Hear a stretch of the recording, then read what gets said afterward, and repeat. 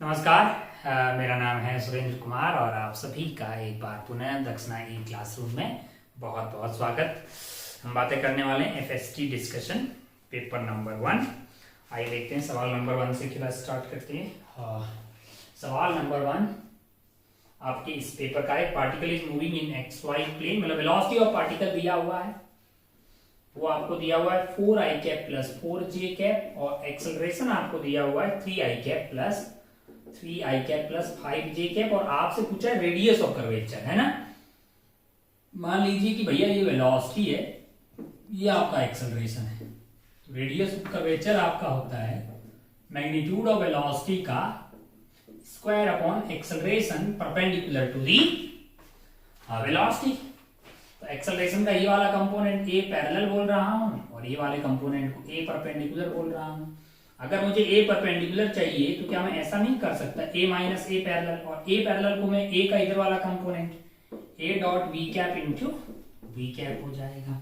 तो मेरे लिए ए की वैल्यू क्या है 3i cap plus 5j cap, है ना। अरे a cos theta v cap और इंटू वी कैप डायरेक्शन कर दिया तो ए पैरेलल आ गया। A parallel plus a perpendicular a के बराबर होना चाहिए, तो परपेंडिकुलर की value a minus a parallel आ गया। 3i cap plus 5j cap minus of a that is 3i cap plus 5j cap dot किसके साथ है आपका 4i cap plus 4j cap divided by 4√2। ये जो भी आंसर आएगा उसको किससे मल्टीप्लाई करना है 4i cap plus 4j cap divided by 4√2 से। तो यहाँ पे ध्यान से देखिएगा तो 3i cap plus 5j cap minus अगर आप डॉट ले लीजिएगा तो 4 तिया 12 और 520 हो गए 32 32 डिवाइडेड बाई ये 4 इंटू 4 आपका क्या होगा 16 16 इंटू 2 32। ओके, बचा क्या आपके पास 4i cap plus 4j cap, तो इससे ये गायब हो जाएगा, यानी कि आएगा minus i cap plus j।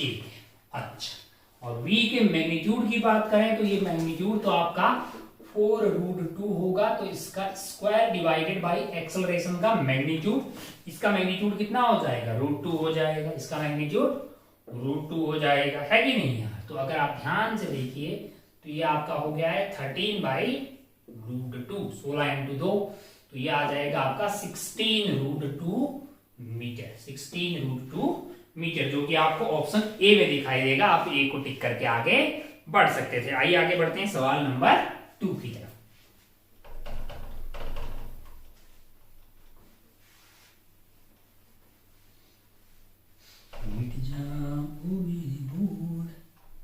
चलिए देखते हैं सवाल नंबर 2 क्या है। सवाल नंबर 2 अगर आप ध्यान से देखिएगा तो यहाँ पे है एक ब्लॉक 2 kg का, क्या है यहाँ पे एक 2 kg का ब्लॉक है और जो कि कनेक्टेड किससे है स्प्रिंग से होते हुए यहाँ पे कनेक्टेड है एक और ब्लॉक से जिसका मास है 1 kg। इसका मास क्या है 1 kg है। अब आप ध्यान से देखिएगा, आपसे ये पूछा है इस सवाल में two block A and B of mass 2 kg and 1 kg respectively kept on frictionless horizontal surface, they are connected by a massless spring। Spring constant आपको कितना दिया हुआ है कि आपको दिया हुआ है 100 न्यूटन पर मीटर और they are connected by massless spring। initial velocity of 1 meter and 6 meter are imparted to the two block of 2 kg and 1 kg। 2 kg वाले को कितना दिया है 1 मीटर पर सेकेंड और इसको 6 मीटर पर सेकेंड, ठीक है। When the spring it is in the natural length, the ratio maximum speed to minimum speed 2 kg वाले 6। देखो ये सेंटर ऑफ मास के रिस्पेक्ट में ऐसे एचएसएम कर रहे होते हैं और सेंटर ऑफ मास खुद ही चल रहा होता है। ऐसे आपने कुछ सवाल वहां पे देखे होंगे, कहाँ पे देखे होंगे आपने, वहीं देख लिए होंगे अपने सिस्टम ऑफ पार्टिकल में देख लिए। सेंटर ऑफ मास खुद ही ऐसे चल रहा होगा और साइड के पार्टिकल ऐसे ऐसे कर रहे होंगे। सेंटर ऑफ मास ऐसे जा रहा है तो ये लोग ऐसे साइड में एचएसएम कर रहे होंगे with respect to centre of mass. तो ध्यान से देखिएगा, पहले velocity of centre of mass निकाल लेते हैं। VCOM हो जाएगा आपका 1 into 6 प्लस आपका 2 into 1 डिवाइडेड बाय कितना आ रहा है 2 plus 1 is 3, यानी कि 6 plus 2 यानी 8/3 मीटर पर सेकेंड, 8/3 मीटर पर सेकेंड। अगर आप सेंटर ऑफ मास के रिस्पेक्ट में दोनों की रफ्तार निकालें इनिशियली वाली नेचुरल लेंथ में है, ये सेंटर ऑफ मास है, इसके रेस्पेक्ट में निकालेंगे तो 6 इधर की तरफ है, 8/3 इसको इधर की तरफ मिल जाएगा, तो 6 माइनस 8/3 छत्रिया 18 माइनस 8 10/3 हो जाएगा ये। और ये वाला एकदम है आपका 1 इधर की तरफ था और 8/3 सेंटर ऑफ मास के रेस्पेक्ट में इधर हो जाएगा, तो इसकी रफ्तार इधर की तरफ क्या हो जाएगी 8/3 माइनस 1 दैट इज 5/3। अब आप ध्यान से देखिए, आपको बातें निकालना 2 kg के लिए, और 2 kg जो है वो सेंटर ऑफ मास के रेस्पेक्ट में क्या कर रहा होगा, HSM कर रहा होगा। तो हमें ग्राउंड के रेस्पेक्ट में निकालना होगा, तो हम with respect to centre of mass वाले में सेंटर ऑफ मास की रफ्तार को ऐड कर देंगे जो कि 8/3। तो मैक्सिमम तब होगी जब ये इधर जा रहा होगा। अच्छा, ये नेचुरल लेंथ में तो रफ्तार इसकी मैक्सिमम यही होगी, इधर जाएगा 0 डर वापस आएगा 5/3 उधर फिर 0। ये सारी बातें अपन सेंटर ऑफ मास के रेस्पेक्ट में। जब ये सेंटर ऑफ मास के रेस्पेक्ट में उधर जा रहा होगा 5/3 से, तब ग्राउंड के रेस्पेक्ट में उसमें सेंटर ऑफ मास ऐड कर दीजिए, 13/3 आ गया।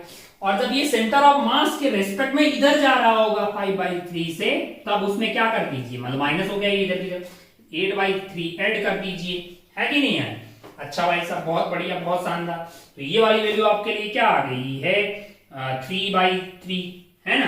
तो आपको मैक्स डिवाइडेड बाय मिनिमम ही तो करना है, 3 से 3 कट गया 13/3 आ जाएगा, 13/3 maximum velocity divided by minimum velocity 2 kg की बात करें तो 2 kg HSM कर रहा है ये, मतलब 5/3 जो है नेचुरल लेंथ पे इसकी सेंटर ऑफ मास के रेस्पेक्ट में रफ्तार है, ऐसे 0 हो जाएगी।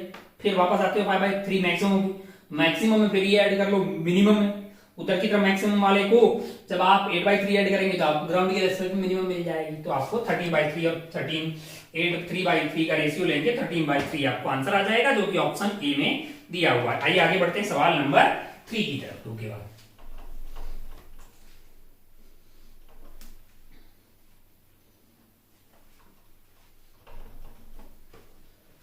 सवाल नंबर 3 क्या है, जरा ध्यान से देखिए।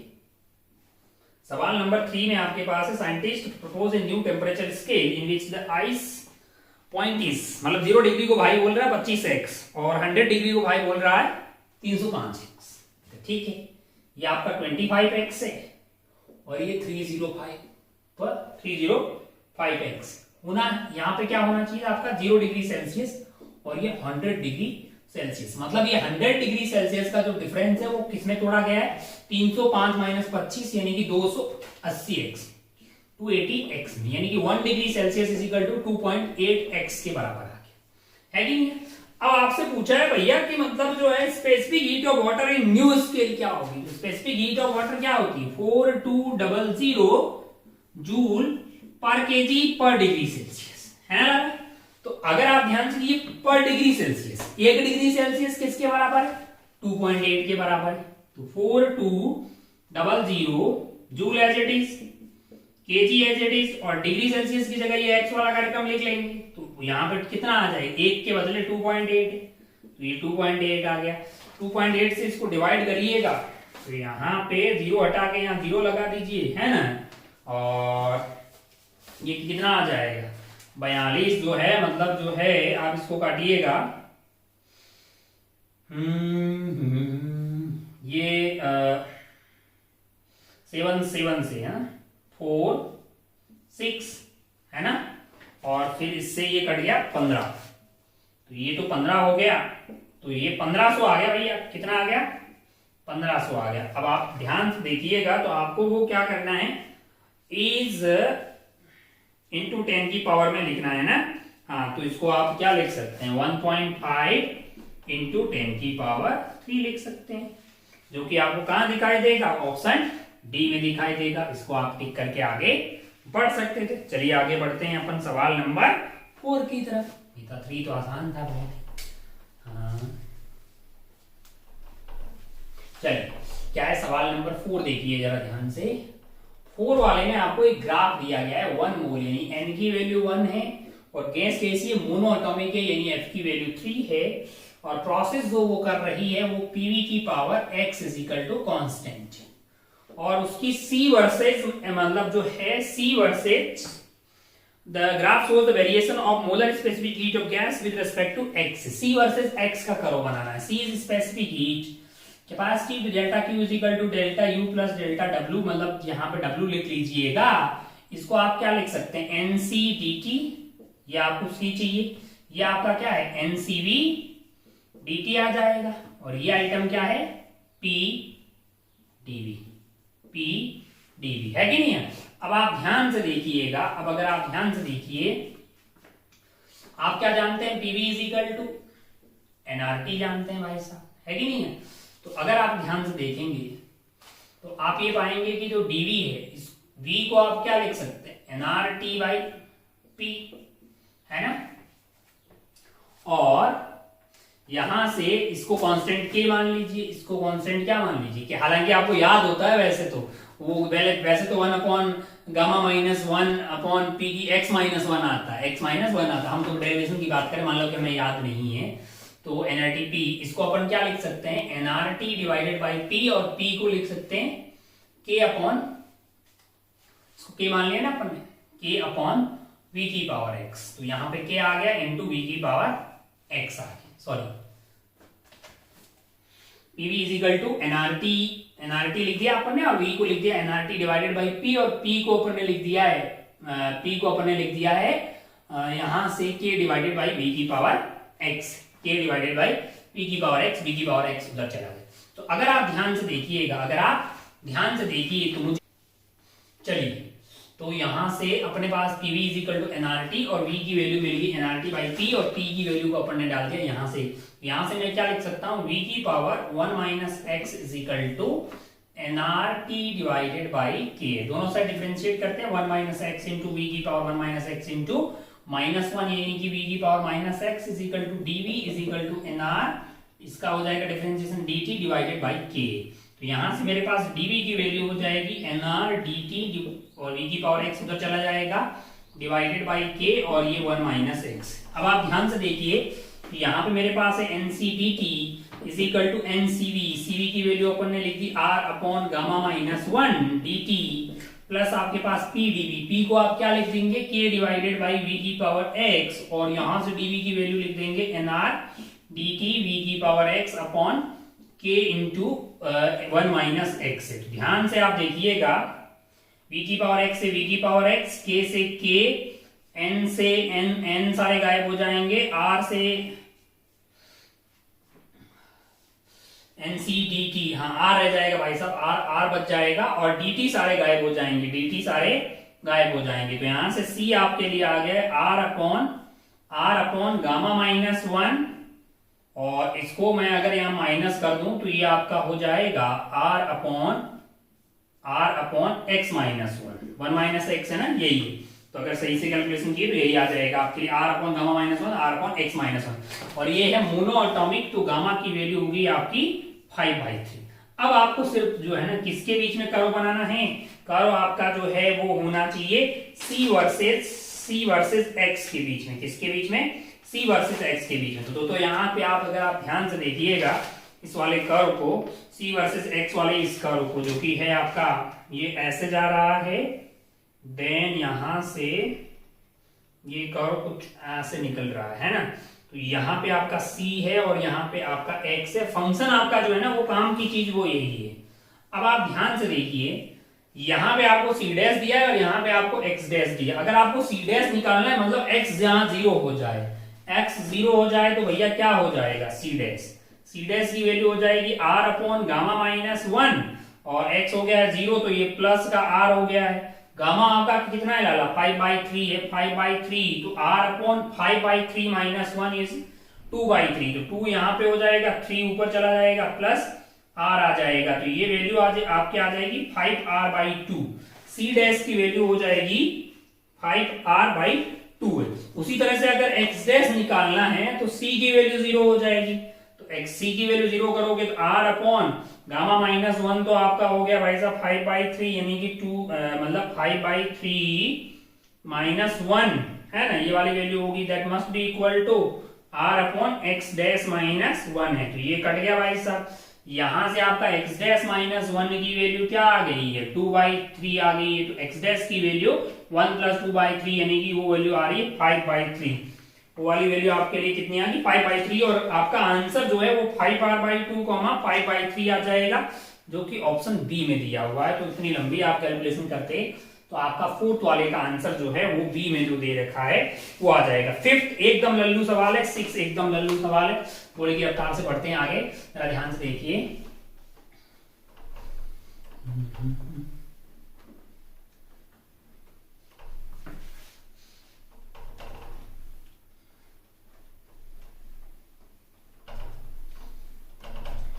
देखिए जरा ध्यान से देखिए, ये हो गया आपका फोर्थ और फिफ्थ वाले में अगर आप ध्यान से देखेंगे तो यहाँ पे एक वायर है, इनफाइनाइट करंट कैरिंग वायर है, और इस पे जो है इससे डी दूरी पे, कितनी दूरी पे, डी दूरी पे एक चार्ज है प्लस क्यू वाला जो v रफ्तार से चल रहा है, एंगल आपके लिए थीटा है, और आपको the radius of the curvature of path traced by particle at the given, मतलब रेडियस जो है, अगर आप यहाँ पे ध्यान से देखिएगा b की वैल्यू कैसी होगी, b यहाँ पे अंदर की तरफ, b यहाँ पे क्या होगा, अंदर की तरफ। इस पर्टिकुलर मोमेंट पे रेडियस ऑफ कर्वेचर होगा आपका mv अपॉन qb, b अंदर की तरफ है 90 डिग्री पे, m है, v है, q थीटा पे कुछ भी डिपेंड करने वाला नहीं है, बोल रहा है किस पे डिपेंड नहीं करेगा, किस पे डिपेंड नहीं करेगा, तो भैया थीटा पे डिपेंड नहीं करेगा, ऑप्शन बी हो गया। सस्ता सवाल है, टिक करके आगे बढ़ सकते थे, ये बहुत ही आसान सा था।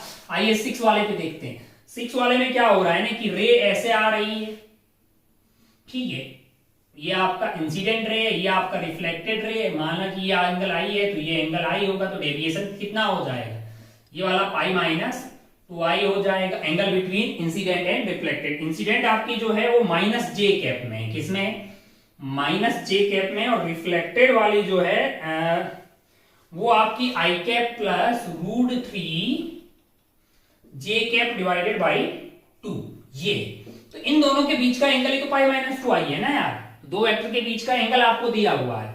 तो अगर आप ध्यान से देखिएगा तो मैं क्या लिख सकता हूं, minus J cap dot I plus √3 J cap divided by 2 is equal to magnitude इसका कितना है 1 है, और इसका मैग्नीट्यूड कितना आ जाएगा 1 प्लस 3 2 डिवाइडेड बाई 2, इसका भी 1 ही आ जाएगा, और into cos A dot B is equal to A B cos theta, A B cos theta, और कोस आ जाएगा पाई माइनस 2i। अब आप ध्यान से देखिएगा तो ये भाई डॉट लेंगे तो i के साथ तो कुछ आने वाला नहीं है, मतलब ये वैल्यू आ गई है आपका cos pi minus 2i is equal to minus of √3/2। हाँ, तो ये वैल्यू कहां पे होगी, अगर आप ध्यान से देखिएगा इसका मतलब ये वैल्यू होनी चाहिए आपकी 150 डिग्री, क्योंकि भैया कोस 150 डिग्री की वैल्यू, कोस 150 डिग्री की वैल्यू थी -√3, अरे 90 प्लस 60 है ना, कोस 90 प्लस 60 आपका हो जाएगा माइनस ऑफ साइन 60, यानी ये हो गया। तो इसका मतलब 2i की वैल्यू आपके लिए क्या होनी चाहिए, अरे भाई ये 180 माइनस 150 आएगा तो ये 30 रहा होगा, ये 30 रहा होगा, तो i की वैल्यू 15 डिग्री रही होगी, है ना। तो ये एक सस्ता सवाल था जिसको आप करके आगे बढ़ सकते थे। बहुत बढ़िया, बहुत शानदार। ओहो, उसी तरह से सातवां सवाल जो है, सातवां सवाल अगर आप ध्यान से देखिएगा, सातवां सवाल भी सस्ता ही है, लगे हाथ बता देते हैं, ऐसे खूब सवाल आपने किए होंगे। यहाँ पे क्या है ना कि एक infinite wire two parallel long straight wire, यहाँ प्लस प्लस वाला एक इनफाइनाइट वाला वायर रखा हुआ है, ये रखा हुआ है -a,0, और यहाँ पे है आपका y एक्सिस, और यहाँ से a,0 पे माइनस माइनस माइनस वाला इनफाइनाइट वाला रॉड रखा है। बाकी आप मतलब बीच का x मान के इक्वेशन निकाल सकते हैं, बाकी ऑप्शन में चेक करना है तो बड़ी आसानी से सिंगल करेक्टर तुरंत कर पाओगे। मैंने ये डायरेक्शन को पॉजिटिव ले लिया, लाला अब इसके पास में किधर की तरफ होगा इलेक्ट्रिक फील्ड, इधर होगा, इसके पास में इधर ही होगा, क्योंकि भैया पॉजिटिव से दूर जा रहा है, नेगेटिव पास में आ रहा है, लेकिन इसके जस्ट पास में बहुत ज्यादा होगा उधर की, और इसके पास भी उधर की तरफ बहुत ज्यादा होगा, बीच में दोनों का ऐड होगा, है कि नहीं है, तो जीरो तो होने वाला नहीं है ना। अरे यार, तो अगर आप ध्यान से देखें तो इस पूरे कार्यक्रम के दौरान डायरेक्शन उधर ही रहेगी, हालांकि आप वो एक्स स्क्वायर का फंक्शन मतलब निकाल सकते हैं फंक्शन, उसमें कोई दोहराए वाली बात नहीं है, यहाँ पे एक्स दूरी जाके, क्योंकि ये सवाल में आपको बोला है कि भाई two parallel long straight wire, उसको इनफाइनाइट मान के अपन टाइम पास कर सकते हैं, उसमें कोई लड़ाई, मतलब हमें तो ऑप्शन चेक करना है ना यार, तो मतलब मेरा जैसे फर्स्ट ऑप्शन ऐसे ही खत्म हो गया, क्योंकि अब आप जब इसकी इधर की तरफ बात करेंगे तो अब भैया डायरेक्शन ऐसा हो जाएगा, और इसकी जस्ट इधर की तरफ भी, इसकी जस्ट अपोजिट डायरेक्शन, ये पॉजिटिव था तो यहाँ पे नेगेटिव बनेगा, बहुत ज्यादा होगा, बहुत ही ज्यादा, इन्फिनिटी तक यहाँ पे, ऐसा होना चाहिए डर डर, है कि नहीं? तो ऐसा करो, आपको जो है ये सी ऑप्शन में ही दिखाई दे रहा है। अब आपका जो है अगर आप ध्यान से देखें, पहला ऑप्शन तो ऐसे ही खत्म हो गया, उसने डायरेक्शन हमेशा पॉजिटिव मानी। सेकंड ऑप्शन इसलिए खत्म हो गया कि उसने बीच में मतलब जीरो कर रखा, जीरो कैसे हो सकता है, दोनों सेम डायरेक्शन में ऐड हो। फोर्थ ऑप्शन में अगर आप जाइएगा, तो बीच में यहाँ पे कांस्टेंट समान ऐसा नहीं होगा। ऐसा क्यों होगा? क्योंकि भाई इसका x बाई वे x नीचे की तरफ x होंगे तो ऐड होंगे, तो वो खत्म थोड़ी होंगे, है ना? तो वो कांस्टेंट आने वाला नहीं। अबे ऐसे आएगा तो ऑप्शन बड़ी आसानी से आप मतलब सी टिक करके आगे बढ़ सकते थे। इसके लिए तो आपको x वर्ष मानने की जरूरत नहीं। बाकी आप बीच की दूरी कितनी है 2a, यहाँ से x मान लीजिए, यहाँ पे 2a माइनस x हो जाएगा, निकाल लीजिए, उसमें कोई दोहराई वाली बात नहीं। तो बहुत ही सस्ता सवाल था, टिक करके आप आगे बढ़ सकते थे। सवाल का आंसर होगा सी। आइए आगे बढ़ते हैं सवाल नंबर 1। सवाल number 1,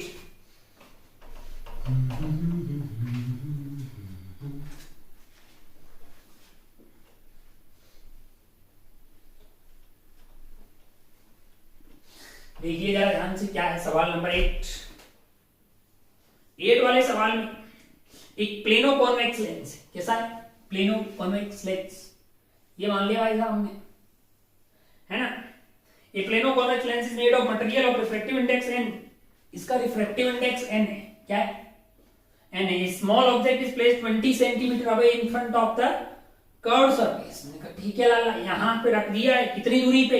20 centimetre. Real image of 3 time, real image बन रही है, मैग्निफिकेशन आपको भाई साहब बोल रहे हैं 3 गुना है। Real image of 3 times, real image of 3 times of the size of the object is produced. ये तो अच्छा, ये तो इससे मतलब रिफ्रैक्शन से, और रिफ्लेक्शन से क्या हो रहा है, एक और इमेज बन रही है, और ये जो इमेज बन रही है वो 60 बाई 11 सेंटीमीटर बन रही है कि नहीं? अच्छा भाई साहब, मतलब another faint image is observed at the distance of 60 by 11 centimeter from the lens. Which of the following statement are correct? अगर आप ध्यान से देखिए इस वाले में, एक आपका हो रहा है रिफ्लेक्शन और एक क्या हो रहा है? रिफ्रैक्शन। जहां रिफ्लेक्शन हो रहा होगा, जहां पे आपका रिफ्लेक्शन हो रहा होगा, वहां पे ये मिरर की तरफ यूज किया, मतलब है कि नहीं है ना? अब आप ध्यान से देखिएगा, अगर आप ध्यान से देखिए, पहले हमें ये दिया हो ना कि इस वाले केस में अगर आप ध्यान से देखेंगे तो u की वैल्यू क्या हो जाएगी? माना कि इसकी फोकल लेंथ f है, इसकी फोकल लेंथ क्या है? f है। तो u की वैल्यू आपको -20 सेंटीमीटर दे दी, और v की वैल्यू आपको क्या दिया हुआ है भाई साहब? v की वैल्यू सवाल में देख लीजिए आप, सवाल में v की वैल्यू आपको दी हुई है 60 बाई 11 है ना, 60 बाई 11, v की वैल्यू है 60 बाई 11 सेंटीमीटर। अब आप जानते हैं कि 1/v plus 1/u is equal to 1/f mirror के लिए। तो आपको क्या चाहिए? ये f तो चाहिए, ये f मिल जाएगा। कहां पे? v की वैल्यू आपको दी हुई है 60 बाई 11, u की वैल्यू क्या है? -2, वो इज इक्वल टू 1/f। आप ध्यान से देखिए तो एलसीएम आपका आ गया 60 और 11 -3, सॉरी हाँ, तो ये वैल्यू आपके लिए हो गई 8/60 is equal to 1/f। Calculation ठीक किया ना? हाँ, तो यहां से अगर आप ध्यान से देखिएगा तो f की वैल्यू आपके लिए क्या आ रही है? f की वैल्यू आ रही है 60/8 which is equal to 7.5 which is equal to 7.5। अरे 15/2, 4 से काट लो, 15/2 7.5 सेंटीमीटर। अगर ये 7.5 सेंटीमीटर, कौन? ये इसकी फोकल लेंथ, तो इसका सेंटर जो है मतलब इसका रेडियस ऑफ कर्वेचर पे कितना रहा होगा? इसका रेडियस ऑफ कर्वेचर 7.2 का डबल यानी कि 15 सेंटीमीटर रहा होगा। अरे यार, इसमें कोई लाज शर्म वाली बात नहीं है। ये फोकल लेंथ हमने किसकी मानी? इस वाले सरफेस, सिंपल। अब ये अगर पूरा जब रिफ्लेक्शन से बात, सवाल में कुछ इंफॉर्मेशन नहीं, रिफ्रैक्शन हो रहा है और मान लो मैंने इसकी फोकल लेंथ f डैश मान ली, ये किसकी होगी? पूरे इस लेंस की फोकल लेंथ। अब आप इंफॉर्मेशन दे रखी है सवाल में कुछ कि भाई ऑब्जेक्ट कहां रखा हुआ है, ऑब्जेक्ट तो इसके लिए भी u की वैल्यू क्या दी हुई? -20, और मैग्निफिकेशन आपको कितना दिया हुआ है? मैग्निफिकेशन आपको सवाल में क्या दिया हुआ है? वो आपको मतलब जो लेंस के लिए मैग्निफिकेशन होता है v/u, मैग्निफिकेशन आपको 3 गुना दिया हुआ है, यानी कि 3 इज इक्वल टू v/u। तो v की वैल्यू यहां से इंटू यू आ जाएगी। मैंने हमें सवाल में क्या बोला है कि रियल इमेज बन रही है, रियल इमेज तो मतलब इन्वर्टेड बनेगी, फिर तो मैग्निफिकेशन -3 होगा, मैग्निफिकेशन -3, तो ये -3 60, ये हो गया आपका 60 सेंटीमीटर। अरे सवाल में ये पूछा है ना कि रियल इमेज बन रही है। अरे अच्छा, अभी ये इसको -3 दिए हैं, v की वैल्यू आ गई आपकी 60। तो अब अगर आप इस लेंस के लिए बात करेंगे तो अगर आप ध्यान से देखें तो आपको u पता है, आपको v पता है, आपको इसकी फोकल लेंथ नहीं पता है, आपको इसकी फोकल लेंथ नहीं पता है, तो पहले इसकी फोकल लेंथ निकाल लेते हैं। फिर क्या होगा कि इसका n आपको पता नहीं है, इसका r तो इंफिनिटी है, और ये वाला r अभी अपन ने निकाला है कि 15 सेंटीमीटर है, तो फिर साला ये n निकल जाएगा। पहले ये f डैश निकाल लो। अब अगर अपन लेंस के लिए बात करें तो 1/v minus 1/u is equal to 1/f dash हो जाएगा, होगा कि नहीं होगा?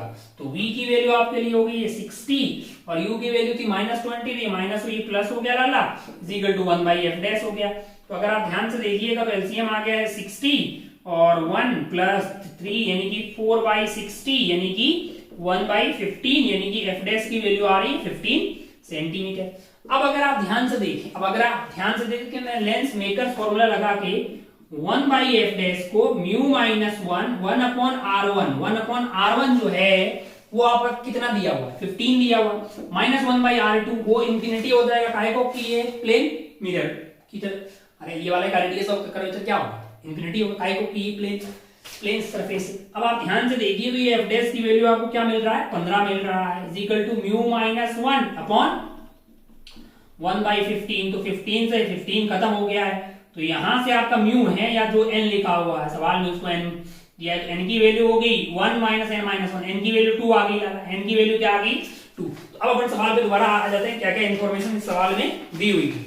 सवाल में है कि भैया refractive index of lens is 2.5, option 1 में बोल रहा है 2.5, गलत, 1 गलत, 2 बोल, 2 में बोला है radius of curvature of convex lens is 15 centimetre, सही, बिल्कुल सही। थर्ड बोल the refractive index of lens is 2, बिल्कुल सत्य जवाब, थर्ड सही है भाई साहब। फोर्थ पे आइए, focal length of lens is 15 centimetre, बिल्कुल सही, ऑप्शन 4 भी सही हो गया। तो इस तरह से अगर आप ध्यान से देखिएगा, मैंने m की वैल्यू -3 का लिया क्योंकि सवाल में वो बोला था कि इमेज की कैसी है रियल। अबे m की वैल्यू +-3 दोनों हो सकती है, लेकिन सवाल में बोला माइनस, रियल होगी तभी इन्वर्टेड बनेगी, है ना, इन्वर्टेड बनती तभी क्या ये तो उम्मीद है कि ये सारा कार्यक्रम आपके समझ में आया होगा, कोई बहुत ज्यादा टफ चीज नहीं थी। आइए आगे बढ़ते हैं सवाल नंबर 8 के बाद सवाल नंबर 9 की तरफ। 9 और 10 बहुत ही सस्ते से, ज्यादा टफ नहीं।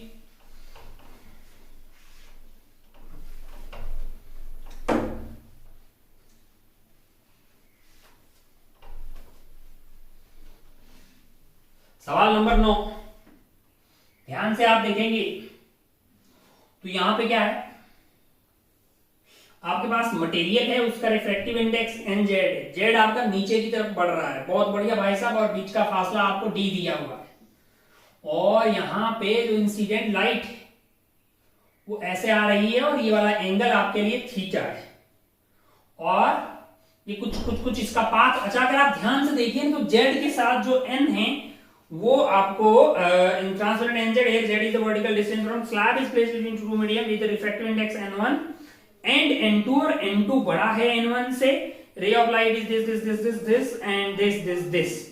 अब आप ध्यान से देखिएगा NZ जो है ना वो N1 से लेके N2 की तरफ बढ़ रहा है, इसीलिए बीच में कहीं TIR कट की पॉसिबिलिटी नहीं है, रे हमेशा रेयर से डेंसर की तरफ जा रही होगी, तभी तो वहां आएगी, यहाँ आएगी, हम कंफर्म बोल सकते हैं। अरे जब स्लैब्स पैरेलल रखी हो तो एक लफड़ा ये रहता है कि बीच में कहीं TIR नहीं हो गया। हमें मान रहे भाई N1 से लेके आप N2 तक आ रहे हैं, और N2 आपका N1 से बड़ा है, मतलब रिफ्रैक्टिव इंडेक्स बढ़ रहा है, मतलब आप हर केस में रेयर से डेंसर की तरफ जा रहे हैं, बीच में TIR का केस पॉसिबल नहीं है, तो इसका मतलब रे बाहर की तरफ आएगी, ये तो कंफर्म है।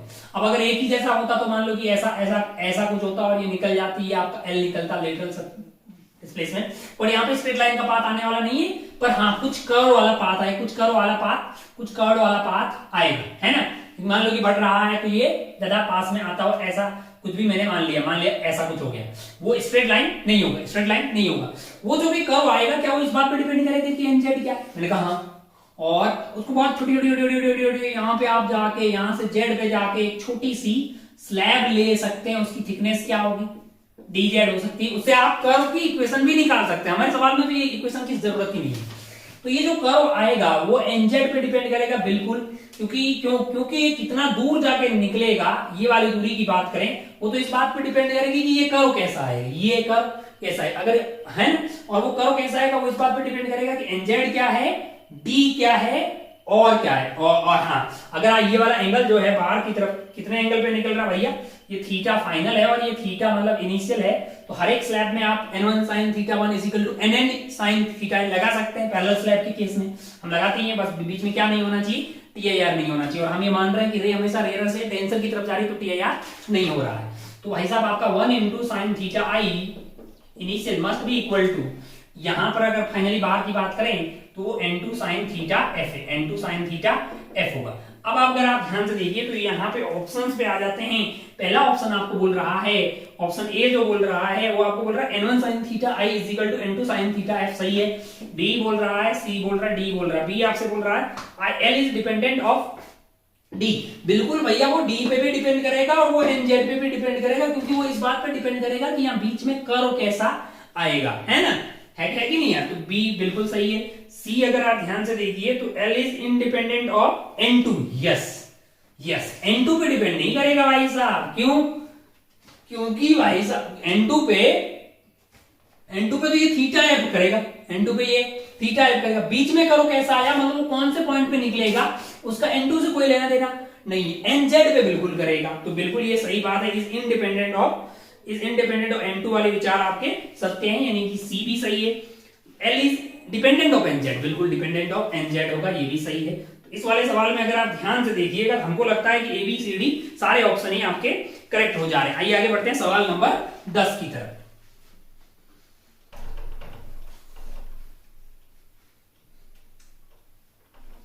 टेंथ क्या है, टेंथ वाला सवाल जरा ध्यान से देखिए।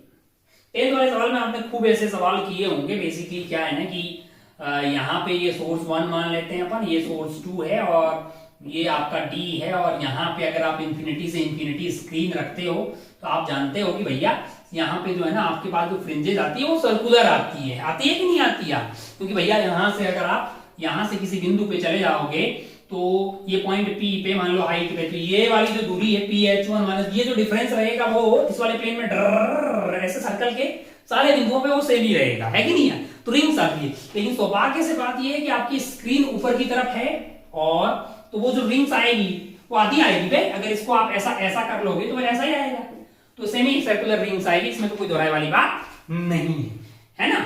अरे यार ऐसा।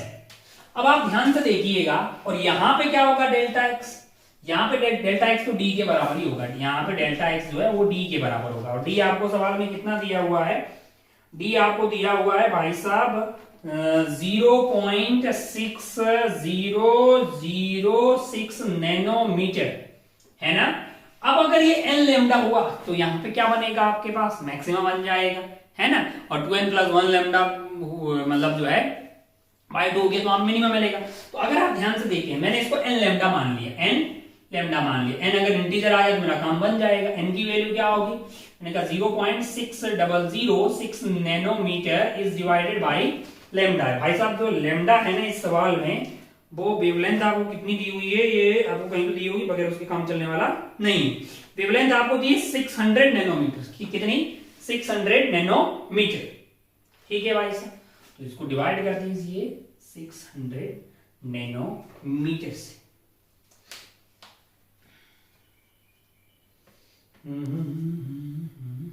अच्छा ये नैनोमीटर नहीं है लाला, ये mm दिया हुआ, क्या दिया हुआ, ये आपको mm दिया हुआ, हमको लगा अच्छा। तो अगर आप इसको नैनोमीटर में बदलेंगे, अगर आप इसको नैनोमीटर में बदलना चाह रहे हैं तो mm का मतलब क्या हो गया आपके पास, चलिए ये वाला mm में, mm का मतलब 10⁻³ और ये आपका नैनोमीटर में। अरे सवाल में ये वाली वैल्यू आपको nm ना देके mm दिया, मतलब मिलीमीटर में, और ये है नैनोमीटर में 10⁻6 हो गया। तो अगर आप ध्यान से देखिएगा तो ये वाली वैल्यू जो है वो ऊपर जाके 10⁻³ आ गई है। 10⁻³ अगर आप रखिएगा तो ये वैल्यू जो है आपकी 600 है ना, 0.666 वैल्यू देख लीजिए आप क्या आ रहा है 0.6।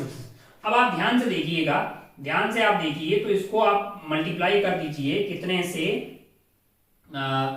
ये वाला जो है आपका कट गया किससे, यहां से 10 की पावर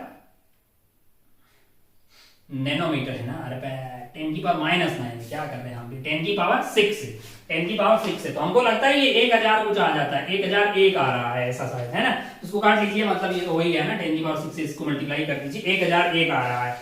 हाँ 1001 आ रहा है तो बहुत ही बढ़िया, फिर तो मतलब काम हो ही गया है आपका। फिर तो ये कंफर्म हो जाएगा कि भाई साहब जो आपके पास जो डेल्टा एक्स है यहाँ पे डी, वो 1001 लैम्डा के बराबर है। 1001 कैलकुलेशन देख लेते हैं, सही आ रहा है, 1001 ही आ रहा है। सवाल नंबर कौन सा है, सवाल नंबर 10।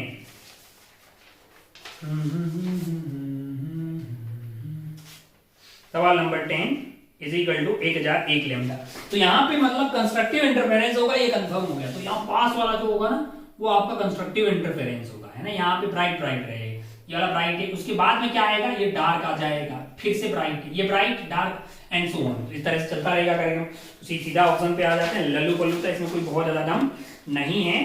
बस सवाल में ये आपको एमएम में दिया हुआ है और ये आपको उसमें दिया हुआ है, इंटू 10 की पावर 6 कर लीजिए, ये वैल्यू डिवाइड करोगे तो कितने 4 मिनट तो यहीं चले गए और 2 और रह जाएंगे, 1001 आ गया। अरे 6 से डिवाइड करना 1 से, और 001 है ना, हो गया 101। तो ये मतलब इंटीग्रल मल्टीपल ऑफ लैम्डा आ गया, तो कंस्ट्रक्टिव इंटरफेरेंस होगा। तो अगर आप ध्यान से देखें तो region very close to point O will be bright, यानी इसके पास में वाला पार्ट ब्राइट होगा, ये बात सत्य है। सेकंड ऑप्शन में कि region very close to dark नहीं होगा, जब ब्राइट होगा तो डार्क कैसे होगा भाई। सी वाला है पैटर्न कंसिस्ट ऑफ हाइपरबोलिक, नहीं हाइपरबोलिक नहीं होगा, सर्कुलर होगा, सेमी से circular. Pattern consist of semi से circular bright and dark principle, बिल्कुल सही जवाब है आपका, ये बिल्कुल सही है। तो आपका आंसर होगा 1 और 4। आंसर क्या हो जाएगा, 1 और 4 है। 10th का आंसर जो है ए एंड डी हो जाएगा। आइए आगे बढ़ते हैं सवाल नंबर 11 पे। सवाल नंबर 11 भी बहुत ही सस्ता सा है, यहां देख लेते हैं अपन सवाल नंबर 11 को। सवाल नंबर 11 में क्या है ना कि ये आपको कैरेक्टरिस्टिक्स जो है ग्राफ बना रखा है, कौन सी वाली का, एक्स रेज का, है ना। अगर आप क्या कर रहे हैं यहाँ पे कि ये इंटेंसिटी वर्सेस लेमडा का है, और ये लेमडा क्रिटिकल वाला है, और यहाँ पे लेमडा मान लीजिए के करस्पॉन्डिंग वाला है।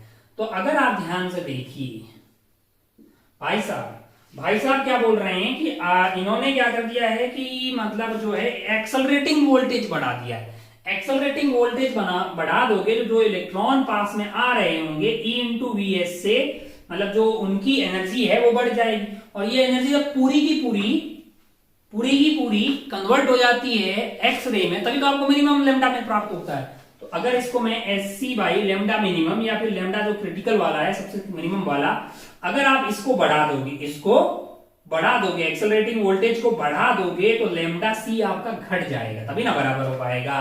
तो अगर लेमडा सी घट जाएगा, और लेमडा के पे कोई डिपेंड नहीं करता है, वो तो भैया यहाँ पे आपका है ना, मतलब जो है अल्फा, ये आपका के एल एम एन, तो यहां से ट्रांजिशन होने वाला वो तो फिक्स है ना एनर्जी के करस्पॉन्डिंग, मिनिमम वाला फर्क पड़ेगा।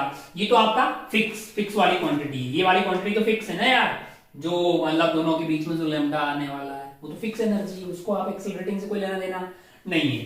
तो लेमडा सी आपका घट जाएगा, लेमडा सी घट जाएगा। जब आप ऑप्शन देख सकते हैं, लेमडा के कांस्टेंट रहेगा, लेमडा के कांस्टेंट रहेगा, भले ही वो के अल्फा की बात करें, के बीटा की बात करें, के गामा की बात करें, वो तो फिक्स एनर्जी के बीच की गैप से आएगा, तो वो कांस्टेंट रहेगा, वो एक्सेलरेटिंग वोल्टेज से उसका कोई लेना देना नहीं है। तो अब आप ऑप्शन 1 देखेंगे ना, ए, वो बोल रहा है कि लेमडा के माइनस लेमडा सी इंक्रीजेस। मैंने कहा देख तेरा लेमडा सी घटेगा ना, लेमडा के तो कांस्टेंट है, तो ये इंक्रीज होगा ना, बिल्कुल सही जवाब है। ऑप्शन बी बोल रहा है कि डिक्रीज होगा। अब जब ए सही हो गया तो बी गलत हो गया है। सी की बात है भाई, ये कांस्टेंट ये घट गया तो डिफरेंस बढ़ गया ना यार, लेमडा के डिक्रीजेस गलत बात है। और डी में आ जाइएगा आप, तो डी में है कि लेमडा सी डिक्रीजेस, बिल्कुल बात सही है। तो यहाँ आपके आंसर आ जाएंगे ए एंड डी। आंसर क्या आ जाएंगे, ए एंड डी। ये वाला था सवाल नंबर 11। आइए आगे बढ़ते हैं सवाल नंबर 12 एंड 13, जो कि क्या है, एक पैराग्राफ। आगे बढ़ते हैं सवाल नंबर 12 एंड 13। ये थोड़ा सस्ता सवाल है, बहुत ही ज्यादा। अगर आप ध्यान से देखें तो यहाँ पे 1h2 plus 1h2 is converted into h3 1 और 1h1। आपसे बोला कि भाई साहब एनर्जी रिलीज कितनी होगी, तो Q वैल्यू के बराबर होगी, और जो एनर्जी रिलीज होगी वो डेल्टा एम सी स्क्वायर से आ जाती है। ये वैल्यू हमने सॉल्व करके रखी हुई है। डेल्टा एम को आप रखिएगा AMU के अंदर, और ये वैल्यू 931.5 मेगा इलेक्ट्रॉन वोल्ट आ जाती है। तो डेल्टा एम अगर आप यहां से ध्यान से देखिएगा तो इन दोनों का मतलब इनका मास तो दिया होगा, इनका दिया होगा, दोनों को सब्ट्रैक्ट कर दीजिए, कितना दिया हुआ है 1h2 है, एक का दिया हुआ है आपको, ये आपका हो जाएगा 2 इंटू एक का मास आपको दिया हुआ है 2.014102 एमयू। इन दोनों का आ गया भाई साहब फाइनल वाला जो है ये भाई 3 and 1 वाला है, तो 3 वाले का आपको दिया हुआ 3.016049 और इसका मास आपको दिया हुआ है 1.007825 AMU is equal to 931.5 mega electron volt है। जब आप इन वैल्यू को सब्ट्रैक्ट कर रहे हैं तो ये वैल्यू आपके लिए आ रही है, निकाल लीजिए भैया जो भी है, 2 इंटू 2.433 माइनस 1.3 और 1 वाला है, इसको सब्ट्रैक्ट करके 931.5 मेगा वोल्ट मल्टीप्लाई करते हैं ना, तो ये मोटा मोटा 4 मेगा इलेक्ट्रॉन वोल्ट आ रहा है कि कितना आ रहा है 4 मेगा इलेक्ट्रॉन वोल्ट आ रहा है। ये तो मतलब पहला वाला सवाल हो गया आपका 13 वाला। अब आपको जो है सवाल नंबर 14 जो है ना, इसी में सवाल नंबर 14, अरे रद्दी सवाल है यार, डेल्टा एम निकालना है, इनिशियल वालों का मास दिया हुआ, फाइनल वालों का दिया हुआ, डेल्टा एम ये भी रखिए और ये ध्यान होता तो ये बड़ी आसानी से आप निकाल लेते हैं कि नहीं है। अब 13 वाला में बहुत ही सकता है, 13 वाले में क्या है कि एक रिएक्शन से इतना निकल रहा है, the number of above fusion reaction required to generate 1 kilowatt बनाना है, तो एक से इतना निकल रहा है तो n करवा दीजिए, मतलब तो एक आपका 4 मेगा इलेक्ट्रॉन वोल्ट है, वो किसके बराबर होना चाहिए 1 किलोवाट आवर, तो 1 किलो यानी कि 10 की पावर 3 जूल पर सेकंड और आपको आर में चाहिए तो 3600, तो ये वैल्यू आपके लिए क्या हो जाएगी, n की वैल्यू अगर आपको चाहिए तो ये वैल्यू होगी आपके लिए 3.6 इंटू 10 की पावर 5, 3.9 हाँ है ना, 3.6 अपॉन 10 की पावर 5 डिवाइडेड बाई 4, इतना जूल है, ये सेकंड से सेकंड कट गया, divided by 4 mega electron volt, 4 into 10 की पावर 6 मेगा इलेक्ट्रॉन वोल्ट, उसको जूल में कर देते हैं 1.6 इंटू 10 की पावर -19। आप इनको डिवाइड कर दीजिए, आप इस 13 वाले में डिवाइड जब करिएगा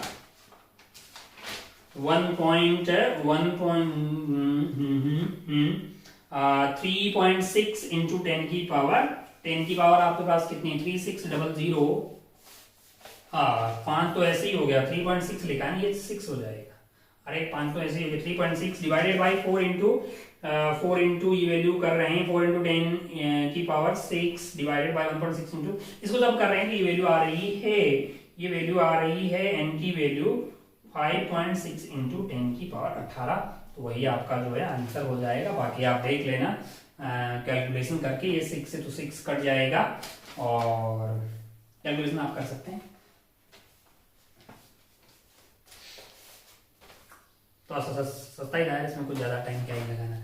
आइए आगे बढ़ते हैं, अरे भाई एक की एनर्जी इतनी आ रही तो n से मल्टीप्लाई करके 1 किलोवाट आवर से कर दीजिए, वैसे एक यूनिट होता है ये है ना 1 किलोवाट, 1 किलो जूल पर सेकंड, 1 घंटे में 3600 डिवाइड कर दीजिए 4 मेगा इलेक्ट्रॉन वोल्ट, जूल रख के दोनों को डिवाइड कर दीजिए तो भी आंसर आ रहा है। तो आगे बढ़ते हैं 12 और 13 के बाद में, सस्ता सवाल था पूरा ये पैराग्राफ, आगे बढ़ते हैं 14 and 15 वाले। 14 and 15 वाला भी मतलब जो है कोई बहुत ज्यादा डिफिकल्ट वाला सवाल नहीं है। सवाल नंबर 14 and 15 देखिए जरा क्या है ये सवाल नंबर 14 and 15। सवाल नंबर 14 and 15 में ऐसा है कार्यक्रम, यहाँ पे अगर आप ध्यान से देखिएगा तो ये दूरी है आपके लिए r और ये भी दूरी है आपके लिए r, और यहां से अगर आपकी कोई बॉल है जो कि इसको जाके हिट कर रही है यहां से, ये r हाइट की, और ये दूरी कितनी है 2r है ना। Small ball is given A velocity at A point A, मतलब यहां से कुछ आपने यू रफ्तार दी होगी वहां से उनकी बॉल को यहाँ पे आई और फिर वो इधर कट लेगी, मान लो इसकी रफ्तार v होगी, फिर वो जाके कहाँ हिट कर रही है यहाँ पे हिट कर रही है, और इसकी जो थिकनेस है x is very very less divided by r, मतलब कंपेयर टू 2r है, खैर वो सब बड़ी भाई है। तो the velocity given to the ball point A so that it may hit the top of the building, मतलब यहाँ पे हिट करवाना चाह रहे हैं, टॉप का मतलब ये बोलो यहाँ पे अबे तो थिकनेस उसकी बहुत कम दी है, तो इसको एक बहुत पतली सी बिल्डिंग मान लो, कोई उसमें लोड वाली बात नहीं है। अगर ये यहाँ से v से गई होगी तो यहाँ आते आते इसको टाइम t = 0 यहाँ मान लेते हैं, यहाँ t इजिकल टू टी पे हिट किया होगा। पहले टाइम ऑफ फ्लाइट निकाल लेते हैं। वर्टिकल में ये नीचे आई होगी, आर और आर 2r से, हाइट r है, r नीचे आई होगी, तो s इजिकल टू r हो गया। u 0 थी वर्टिकल में, हाफ जी टी स्क्वायर, तो टाइम ऑफ फ्लाइट हो जाएगा 2r बटा g का रूट है। इतने टाइम में ये r नीचे आ गई होगी। और अगर आप ध्यान से देखिए तो इतने टाइम बाद में इसकी रफ्तार जो है हॉरिजॉन्टल में तो वही रही होगी। क्या हॉरिजॉन्टल में तो वही रही होगी जो इसकी v थी। अच्छा, जो भी v थी, और इसने कितना डिस्टेंस कवर किया है, 2r किया। कितना डिस्टेंस कवर किया उतने टाइम में, 2r। तो v हॉरिजॉन्टल में भैया v रही होगी, मतलब ये हिट करते टाइम भी इसकी रफ्तार हॉरिजॉन्टल में v रही होगी, वर्टिकल में vy आ गई होगी। खैर, अब अगर आप ध्यान से देखें तो v इंटू टाइम t यानी कि 2r by g that is equal to 2r। तो यहां से जो v की वैल्यू है वो मेरे लिए क्या आ रही है, वो मेरे लिए आ रही है root g divided by 2r से 2r कट गया तो ये रूट gr आ गया। अगर आप ध्यान से देखें तो ये मेरे लिए v है वो जो कि vx है। vx हमेशा v के बराबर है, यही आपका vx है ना। अब आप ध्यान से देखिएगा कि अगर मुझे v पता है तो मैं यहां से यहां वर्क एनर्जी थ्योरम लगा सकता हूं कि नहीं लगा सकता, बिल्कुल लगा सकता हूं, ताकि उससे मुझे क्या पता लग जाएगा, u पता लग जाएगा। तो यहां से यहां जाने में कौन सी एनर्जी बढ़ गई है, पोटेंशियल एनर्जी कितनी बढ़ गई है, मैंने कहा mg इंटू 2r। इतना ही काइनेटिक एनर्जी कम हुआ होगा, मैंने कहा हाँ, half M U square minus V square. U V square की वैल्यू क्या हो जाएगी, इसका स्क्वायर यानी कि g डिवाइडेड बाई 2r। ध्यान से अगर आप देखेंगे तो m से m कट गया है, ये आपका 4gr इजिकल टू आपके लिए हो जा रहा है यू स्क्वायर माइनस 2gr, है कि नहीं है? इसमें कोई दोहराई वाली बात नहीं है। एक मिनट, ये गलत लिखा है। यहाँ रुको जरा, जी इधर चला जाएगा तो v की वैल्यू तो आपके लिए under root of root g 2r आ गई भैया। ये r नीचे थोड़ी आएगा, है ना, मतलब ये रूट 2gr, ये रूट 2gr ऊपर रहा ना यार, वो एक मिनट। तो यहाँ पे v स्क्वायर करेंगे तो ये 2gr आ गया। अब आप ध्यान से देखिएगा, m से m कट गया, 4gr is equal to U square minus 2gr है। तो यहां से u की वैल्यू क्या आ जाएगी, रूट 6gr। u की वैल्यू क्या आ गई, रूट 6gr, जो कि आपको ऑप्शन डी में दिखाई देगा। जो कि आपको कौन से ऑप्शन में दिखाई देगा, ऑप्शन डी में दिखाई देगा। आप टिक करके आगे बढ़ सकते थे। अब आपको बोला मतलब कि ball at means the ball will rebound from the top of the building है।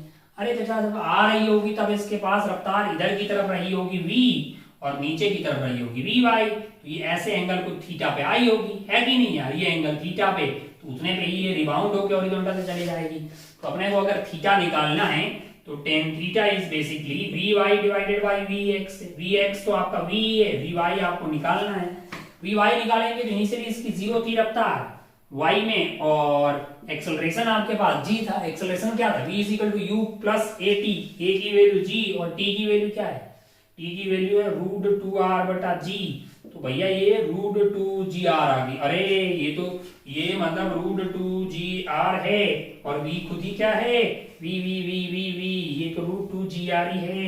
ओ हो tan थीटा आ गया 1, थीटा इसका मतलब क्या है, 45 डिग्री पे। तो ये 45 डिग्री पे आके ऐसे हिट करेगी 45 डिग्री पे, तो वापस नीचे की तरफ जाएगी कितने एंगल पे, 45 डिग्री के एंगल पे, है कि नहीं लाला? तो आपका ऑप्शन हो जाएगा बी। सस्ता सवाल था, कोई बहुत ज्यादा टफ चीज थी नहीं इसमें। जस्ट आपको 2r कैड से रिलीज किया, r कैड यहाँ से यहाँ का टाइम निकाल दिया। भाई r नीचे आया होगा वर्टिकल में, इतना टाइम है, स्पीड इसकी v रही होगी तो v इंटू इतने टाइम में ये 2r चला होगा, तो वहां से v का एक आइडिया लग गया। फिर यहाँ से वर्क एनर्जी थ्योरम लगा दी तो u लग गया, है कि नहीं यार? हॉरिजॉन्टल में इतना ही है, वर्टिकल में इतने टाइम के बाद में रफ्तार निकाल दी, थीटा मिल गया। बहुत ही सस्ता सवाल था, कोई बहुत ज्यादा टफ चीज नहीं थी। आइए आगे बढ़ते हैं, सवाल नंबर 16। सवाल नंबर 16 इसको उड़ाते हैं।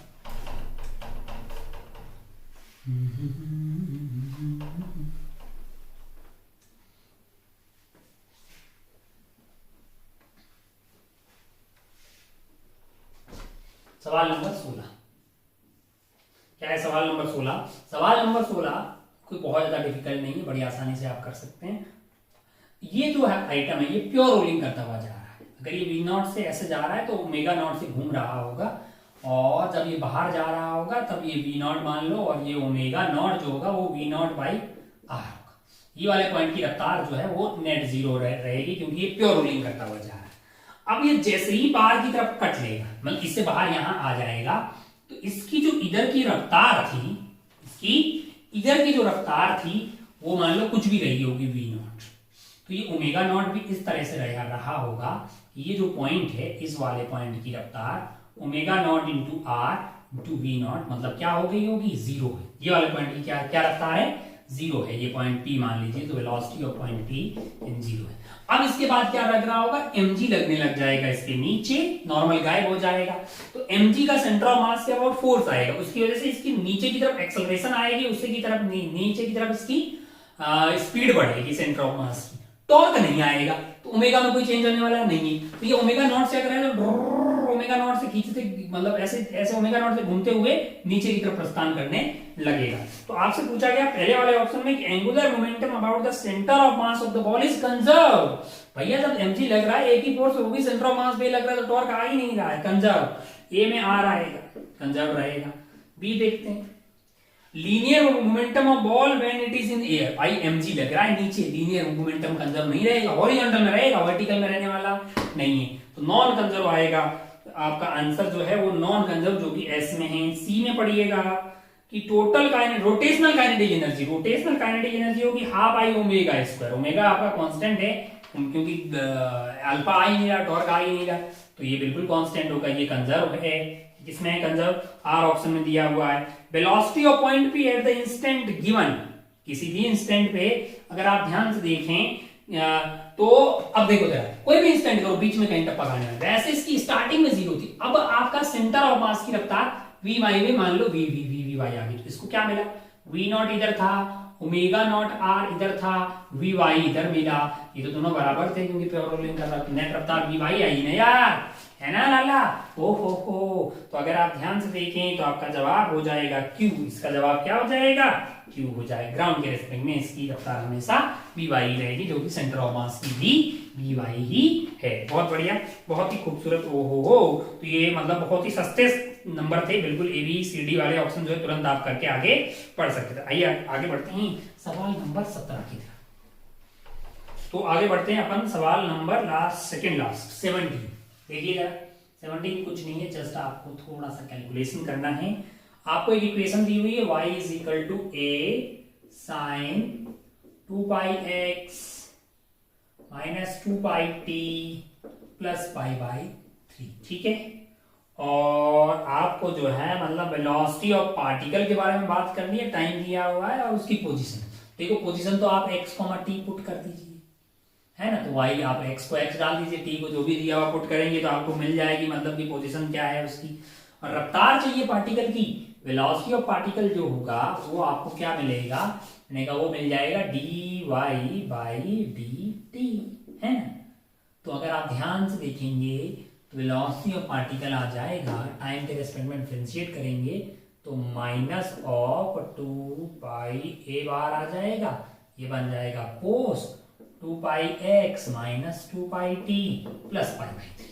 अब आपको क्या करना है, वैसे आप वेलोसिटी ऑफ पार्टिकल के बारे में मतलब कमेंट करना हो तो आप ये भी कर सकते हैं, velocity of wave into slope. Slope के लिए आपको क्या निकालना पड़ेगा, स्लोप आपका हो जाएगा, स्लोप जो है वो partial differentiation of y with respect to x है, जो कि x के रिस्पेक्ट में करेंगे तो वो 2 पाई a cos 2 pi x minus 2 pi t plus pi by 3 आ जाएगा, है ना। स्लोप इनटू माइनस और velocity of wave. Velocity of wave अगर आप ध्यान से देखिएगा तो ये पॉजिटिव x डायरेक्शन में जा रही है, कैसे जा रही है, पॉजिटिव, तो ये माइनस ये प्लस। अब आपको स्लोप देखनी है, पॉजिटिव हुआ तो भाई साहब पार्टिकल आपका कहां जा रहा होगा, नीचे की तरफ जा रहा होगा, नेगेटिव हुआ तो ऊपर की तरफ जा रहा है। बाकी आप यहां से तो एग्जैक्ट उसकी वैल्यू भी निकाल सकते हैं। जैसे आपका पहला ऑप्शन है x की वैल्यू, मतलब जो पहला ऑप्शन है ए वाला, x की वैल्यू 1/3 और t की वैल्यू है 1/3, तो आपको y निकालना है तो आप पुट कर दीजिए यहाँ पे। भाई 1/3 और 1/3 ये तो खत्म हो गया है, साइन पाई बाई 3 आ गया है, साइन पाई बाई 3 मतलब 60 डिग्री, तो ये y पॉजिटिव आएगा, y इज पॉजिटिव डिस्प्लेसमेंट मतलब s आ जाएगा। और वेलोसिटी कैसी होगी, मैंने कहा वेलोसिटी के लिए क्या करेंगे भाई, ये देखेंगे, ये माइनस ये खत्म हो गया, cos पाई बाई 3 पॉजिटिव आएगा, ये नेगेटिव आ गया, y नेगेटिव में मतलब वेलोसिटी नेगेटिव y डायरेक्शन में, vp नेगेटिव आ गया ना यार, ये और ये खत्म हो गया पाई बाई 3, तो ये cos में 60 पॉजिटिव हो गया और ये नेगेटिव, तो ओवरऑल नेगेटिव आ गया, तो इसका हो जाएगा y इज पॉजिटिव और velocity is in negative y direction, तो q आ गया फर्स्ट वाले में, q एंड s है। बहुत ही आसान है, बहुत ही आसान, जस्ट आपको वैल्यू रखनी है और चेक करना है, वैल्यू रखनी है और चेक करना है। जैसे नेक्स्ट वाला मतलब जो है आपका b वाला 1/3, 1 है, तो बड़ी आसानी से आप चेक करेंगे, पाइएंगे, b में आपको s मैच करता हुआ दिखाई देगा, c में आपको q एंड t मैच करता हुआ दिखाई दे रहा है और d में आपको q एंड s में। जस्ट वैल्यू रखनी, किसमें, इसमें और इसमें, है ना लाला। इसमें प्लस आ गया तो पॉजिटिव में है, इसमें प्लस आ गया तो भाई पॉजिटिव में, माइनस आ गया तो नेगेटिव में, है कि नहीं। इसकी तो जरूरत ही नहीं है, ये इससे भी कर सकते हो वरना आप तो डायरेक्ट वैल्यू निकाल सकते हो ना वेलोसिटी ऑफ पार्टिकल। अच्छा भाई, बहुत बढ़िया, बहुत शानदार। 18वें सवाल पे चलते हैं, जो कि थोड़ा ठीक है 17 के बाद, जो कि लास्ट सवाल है। उम्मीद है कि आपने ये सवाल पढ़े होंगे, मतलब थोड़ा सा इनमें कैलकुलेशन है, बाकी आपके कॉन्सेप्ट क्लियर होंगे तो ये सवाल आप बड़ी आसानी से कर पाते। आइए आगे बढ़ते हैं, सवाल नंबर 18 जो कि है हमारे इस पेपर का लास्ट एंड फाइनल सवाल। इस सवाल को अगर आप ध्यान से देखिएगा तो यहाँ पे आपके लिए है दो कैपेसिटर जिनका कैपेसिटेंस है C1 and C2। Initially in पे चार्ज अगर आप देखिएगा तो आपको टोटल चार्ज Q दिया हुआ है ना। किसी भी टाइम पे मान लीजिए इसका चार्ज Q1 है, इस पे चार्ज Q2 है, तो Q1 plus Q2 must be equal to Q है। और अगर आप ध्यान से देखेंगे तो इसमें ये वाली प्लेट जो है ये प्लस है, ये माइनस है, ये आपका प्लस है, ये माइनस है, यहाँ पे ये प्लेट जो है इधर V से भाग रही है, इधर ये V से, और इनिशियली ये दूरी कितनी थी, दोनों के बीच का फासला D था, इनिशियली फासला D था। किसी टाइम t पे ये दूरी हो जाएगी D प्लस VT, और ये वाली हो जाएगी अंदर आ जाएगा, दूरी क्या हो जाएगी D माइनस VT। तो किसी भी टाइम पे आपका कैपेसिटेंस C1 की बात करें तो K की वैल्यू 1 है epsilon not A divided by D, D की वैल्यू हो जाएगी D प्लस VT, और C2 की वैल्यू हो जाएगी epsilon not A divided by D minus VT। तो C आपका C1 घट रहा है और ये वक्त के साथ बढ़ रहा है ना, और ये दोनों पैरेलल में है, तो बोला आपका Q1 divided by C1 must be equal to Q2 divided by C2। तो C1 की वैल्यू यहाँ पे रख दीजिए, C2 की वैल्यू यहाँ पे रख दीजिए, तो Q1 एंड Q2 में एक रिश्ता यहाँ से आ जाएगा, एक रिश्ता यहाँ से आ जाएगा, टोटल चार्ज तो आपका Q1 plus Q2 is equal to Q होना चाहिए, और ये Q1 डिवाइडेड बाय ये और Q2 डिवाइडेड बाय ये मस्ट बी इक्वल टू होना चाहिए, मतलब Q1 by C1 must be equal to Q2 by C2। काहे को लाला कि वो पैरेलल में है। इन दोनों को सॉल्व करेंगे तो अपने को Q1 मिल जा रहा है और क्या मिल जा रहा है, Q2 मिल जा रहा है। Q1 की बात अगर आप करेंगे सॉल्व कर सकते हैं, दो इक्वेशन दो वेरिएबल, कोई बहुत तगड़ी चीज नहीं। अपन वीडियो काफी लंबा हो रहा है तो तुरंत बताने के लिए मैं लिख दे रहा हूँ क्या आ रहा है। Q1 की वैल्यू सॉल्व करेंगे तो पाइएगा वो आ रही है आपकी Q not minus VT upon 2D0, और उसी तरह से Q2 की वैल्यू आ रही होगी D0 plus VT divided by 2D0। अगर Q1 मिल गया, Q2 मिल गया, एक आपको करंट पूछा होगा, करंट आपके पास क्या है, वक्त के साथ Q1 कम हो रहा होगा, क्योंकि Q1 होगा C1 into V, potential difference तो सेम ही रहेगा दोनों के अक्रॉस। तो अगर C आपका कम हो रहा है तो Q1 वक्त के साथ कम हो रहा होगा, तो current will be equal to I is equal to minus of dQ1 by dt, या फिर Q2 बढ़ रहा है तो dQ2 बाई dt। जैसे मान लो Q2 को टाइम के साथ डिफरेंशिएट कर दें, ये dt था ना, ये dt, तो ये वैल्यू कांस्टेंट आ गई है और इसका डिफरेंशिएशन VT इंटू V बचेगा, तो ये वैल्यू आ रही है आपकी Q into V divided by 2D0। Current तो बड़ी सस्ते से आपको मिल जाएगा, I is equal to QV upon 2D0, और ये वैल्यू आपको एक कांस्टेंट सा आता हुआ दिखाई दे रहा है क्योंकि टाइम पे डिपेंड नहीं कर रहा है। अब आप किसी भी टाइम पे इसकी एनर्जी की बात करेंगे, है ना, तो क्या होगी, मैंने कहा वो हाफ भाई Q square by 2C plus Q square by 2C plus इसका Q स्क्वायर बाई 2C कर दीजिए। C आपको पता है, जैसे Q1 की बात करेंगे, Q1 आपको पता है ना, तो Q1 की वैल्यू मतलब जो है ये आपका Q1 हो गया, कहाँ गया, इसका Q स्क्वायर बाई 2C, यानी कि Q square D0 minus VT का स्क्वायर है ना, 4D0 का स्क्वायर, ये तो Q1 का स्क्वायर बाई 2C, ये 2 आ गया, और C1 है, C1 की वैल्यू क्या है एप्सिलॉन नॉट A, और डिवाइड बाई था आपका D, तो ये ऊपर चला जाएगा D प्लस VT है। सिमिलरली आप Q2 का स्क्वायर मतलब इसका स्क्वायर, तो वो Q square D0 plus VT का होल स्क्वायर बाई 4d0 का स्क्वायर। अरे भाई इसका स्क्वायर हो गया Q2 इसका स्क्वायर बाई 2c सी कौन सा वाला C2 वाला, जो कि एप्सिलॉन नॉट ए ऊपर चला जाएगा क्या आपका d माइनस वीटी, ये आपका d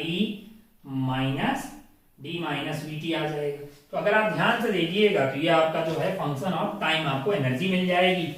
इसको सॉल्व कर सकते हैं, सिंप्लीफाई कर लीजिए, कॉमन ले लीजिए। जब आप इसको कॉमन ले रहे हैं आप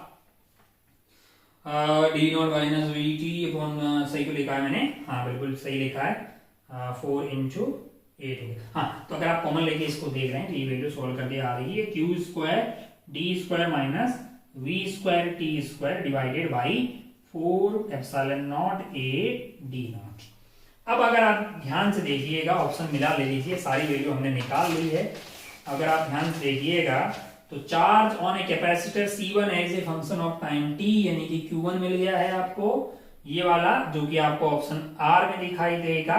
charge on capacitor C2 as a function of time t, यानी B वाले में आपको Q2 निकालना है। Q2 आपको जो है ऑप्शन Q में दिखाई देगा।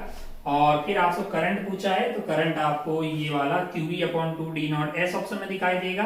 Energy as a function of time t, यानी कि ये आपको Q square D square minus V square T square upon 4 epsilon naught A D naught जो है ये आपको ऑप्शन P में दिखाई देगा। तो इस तरह से आप जो है इन 18 सवालों को सॉल्व कर सकते थे। जो आपसे नहीं हुए हैं, जो कैलकुलेशन मिस्टेक होगी उसको अभी सॉल्व करें और ट्राई करें कि भविष्य में यानी आने वाले टेस्ट में वैसी गलती आप रिपीट ना करें। बाकी अपने आप को मोटिवेटेड रखें, वो बहुत ज्यादा जरूरी है। अपना और अपनों का खूब ख्याल रखिएगा। मिलते हैं पेपर 2 के डिस्कशन में। जय हिंद, जय भारत, टेक केयर, बाय।